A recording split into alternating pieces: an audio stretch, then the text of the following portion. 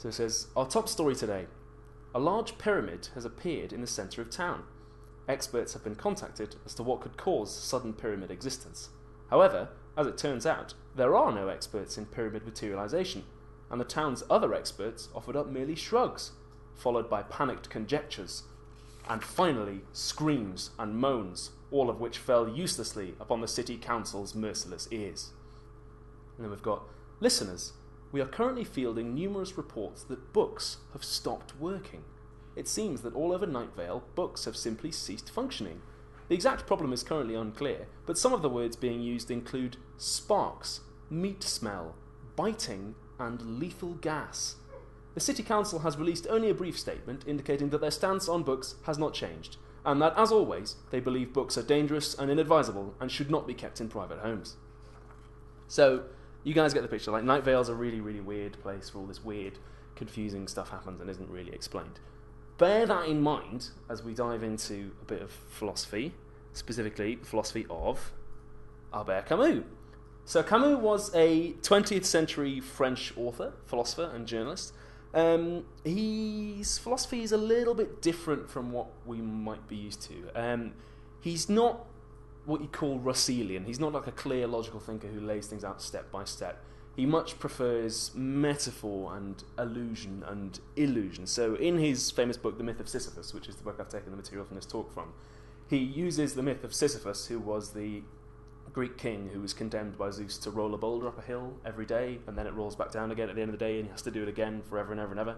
He uses that as a metaphor for the human condition and structures all of his writing around that. And we'll see why he goes for that sort of approach later. He also tries to expound some of his philosophy as literary criticism of Dostoevsky as well, which is quite fun. He's also not really concerned with philosophy just for its own sake and for knowledge. He wants to come up with a system that will practically affect how people live, and that's why he has this very practical starting point.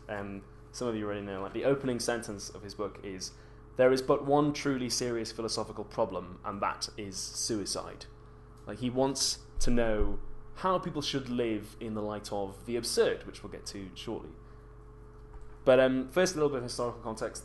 That might seem like a really depressing and like really downer place to start writing philosophy from, but Camus was writing in France in 1941, which of course was undergoing a bit of a mild political change, to put it very, very mildly.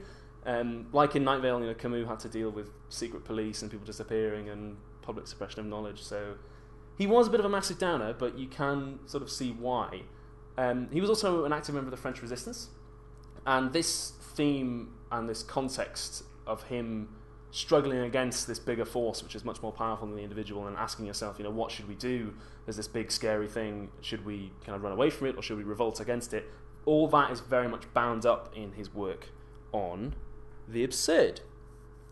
So in Camus' work, the absurd with a capital A refers to this contradiction or this tension or this divorce that he thinks exists between the humans, so us, and our desire to understand the world and find objective meaning, like a meaning of life in it, and find objective truth, and the world itself, which he thinks doesn't have any kind of objective meaning or value. He thinks that there's a contradiction there. We're always striving towards finding truth and meaning of life, but he thinks we could never ever get there.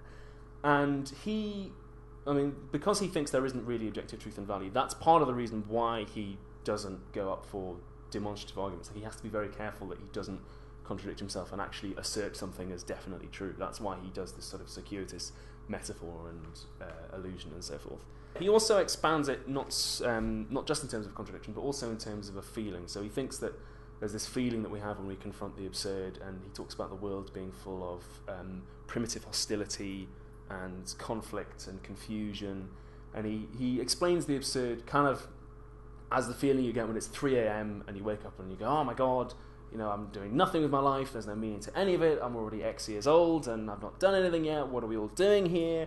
Kind of what Sartre referred to as nausea, an existential nausea. He thinks that it's the realization that gives way to ennui and depression, and it's this contradiction between people wanting there to be a meaning of life and life itself, which doesn't actually have one. And he thinks there are broadly 3 possible responses you can have to this: suicide, denial, or acceptance. He does think that our position when we're confronted with the absurd is hopeless. He does think that there's no way we can ever overcome it or find an answer to it. And he thinks we are like Sisyphus, condemned to go on toiling away forever. But at the same time, he doesn't really like suicide. He doesn't see it as cowardly, but he does see it as fleeing. It's quite funny, actually. He almost sees it as kitsch or cliche. He thinks it's the obvious response. It's a confession that life is not worth living. And he's saying, well, you kill yourself in response to life being not worth living. It's like, well, duh, that's such an obvious answer. Shouldn't do that. Is there anything else we can do? Can we do anything better than that? So this is where we come into Camus and the existentialists. Existentialism, as for Camus, embodies the second response, denial. He's particularly critical of Kierkegaard, who talked about the absurd and kind of coined the term about 100 years earlier. You might know already that Kierkegaard had his famous leap of faith in response to the absurd. He thought that you couldn't live whilst confronting the absurd. It would just make you sick and make you depressed and awful. He thought that you had to make this leap of faith and believe in transcendent reality. Kierkegaard was very critical of religious institutions and his own contemporary Christian religious institutions in particular. But that leap of faith for Kierkegaard can be a religious one, and indeed for him it was. Camus really doesn't like that. He saw it as philosophical suicide, very much like the physical suicide I mentioned earlier. He sees it as denial, basically, as not facing the world on its own terms. He thinks that if you make this sort of leap of faith, you're denying what it means to be human, which is to confront the absurd, have to deal with it. He thinks that you shouldn't run away from a problem like that, like committing suicide. He thinks it's obvious, you sort of shut it out, you shouldn't do that. He called Kierkegaard's ideas mutilation of the soul, which is a fantastic phrase, which I really like. Which left him only with the third option, acceptance. He thinks that people should live life in recognition of the absurd. You shouldn't run away from it or deny it. You should continue living your life knowing that there's this contradiction between the universe and you, and that you can never really overcome that. And there's a hint of the noble revolutionary archetype in the way he talks about it. He talks about accepting the absurd as kind of been an act of revolt against it, almost like sticking two fingers up to the universe. And he thinks there's a sort of noble revolutionary angle in that. And also there's a hint of Camus himself, the literal revolutionary, in the way he ultimately portrays Sisyphus at the end of the book as going back to the rock at the end of the day, kind of smiling and being really happy because he's accepted his situation and he's confronted it, and he thinks that accepting it is the first stage to eventually being happy with it, he hopes. So Camus is often called existentialist, and he's often lumped in with the existentialists, mainly because they have this common starting point, what to do in the face of what Camus called the absurd, the apparent meaninglessness of life. There is some debate about whether or not he's an existentialist. It was a title that he himself rejected. He definitely said, no, I'm not, and I'm sick of people calling me that. And part of that was because he didn't get on politically with Sartre, who was an existentialist, and he probably just didn't really want to be associated with him.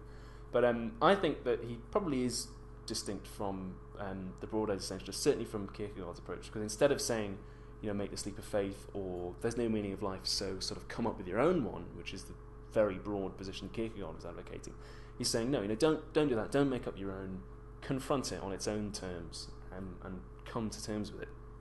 Which brings us back to Night Vale.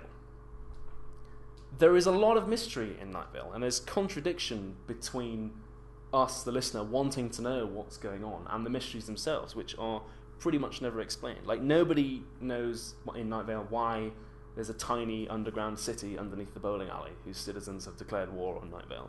Nobody knows who the man in the tan jacket is who's wandering around town with a suitcase full of flies.